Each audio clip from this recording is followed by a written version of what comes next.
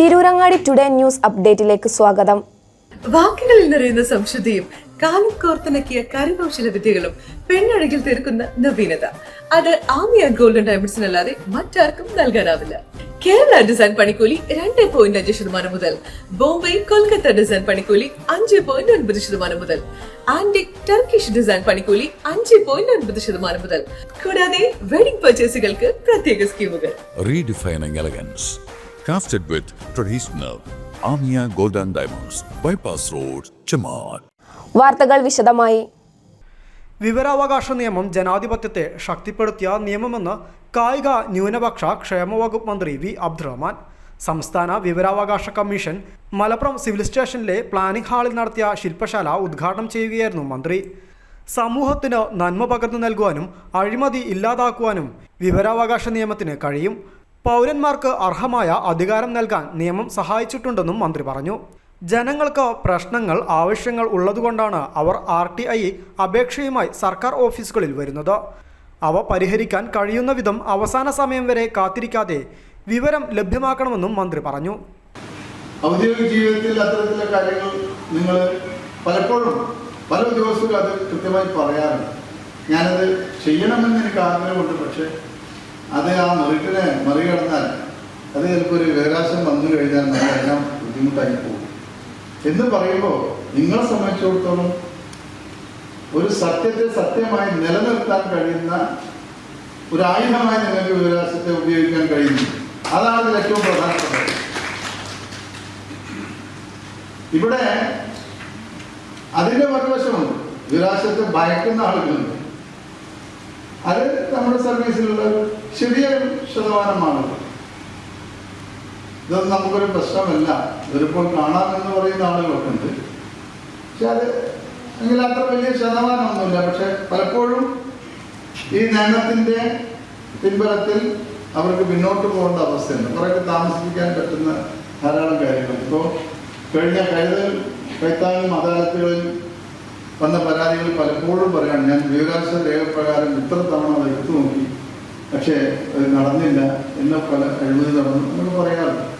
അങ്ങനെയും താമസിപ്പിക്കുന്ന കാര്യങ്ങൾ. പക്ഷെ എന്തായാലും പൊതുസമൂഹത്തിലും നമ്മളൊക്കെ പൊതുവാണ്, ഉദ്യോഗസ്ഥരായാലും നമ്മൾ നാളെ 55 വയസ്സ് കഴിഞ്ഞാൽ നമ്മൾ നേരെ പോകുന്നത് പൊതുസമൂഹമായിട്ടാണ്.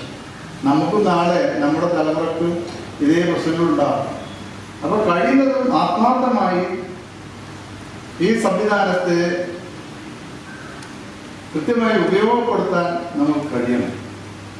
പൊതുസമൂഹത്തിൽ നന്മ എന്ന വാക്കുകളെ ഉയർത്തിപ്പിടിക്കാൻ ഈ സംവിധാനം കൊണ്ട് കഴിയും എന്നുള്ളൊരു കാര്യം കൂടി അവസരത്തിൽ പറയുകയാണ്. ചടങ്ങിൽ പി ഉബൈദുള്ള MLA അധ്യക്ഷത വഹിച്ചു.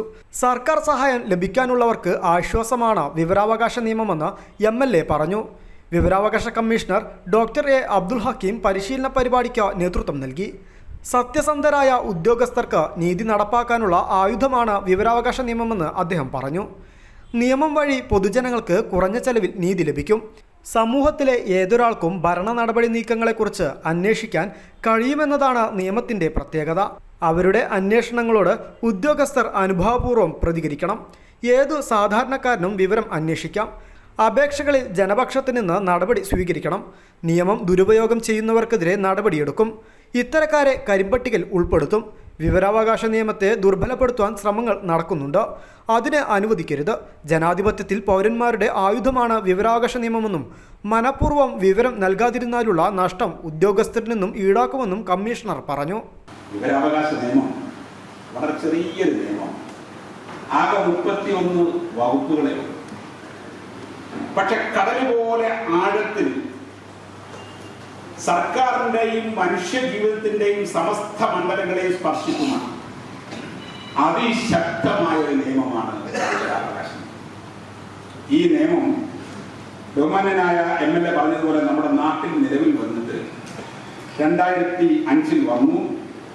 ഇപ്പോൾ 20 കൊല്ലമായി.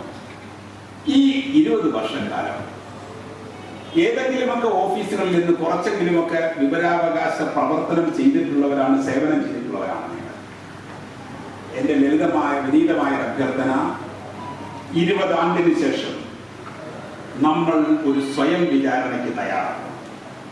ഈ നിയമത്തെ ആ പിറന്ന കോലത്തിൽ നമ്മുടെ കയ്യിൽ കിട്ടിയത് മുതൽ 20 ആണ്ടിന്റെ യൗവനത്തിലേക്ക് കാലം അതിനെ കൊണ്ട് എത്തിച്ച ഈ വേളയിൽ നമ്മൾ ഈ നിയമത്തിന്റെ ശക്തിക്ക്, പ്രതാപത്തിന്, ഉന്മേഷത്തിന്, ഊർജത്തിന് എന്ത് സമ്മാനമാണ്, സംഭാവനയാണ് ചെയ്തിട്ടുള്ളത്?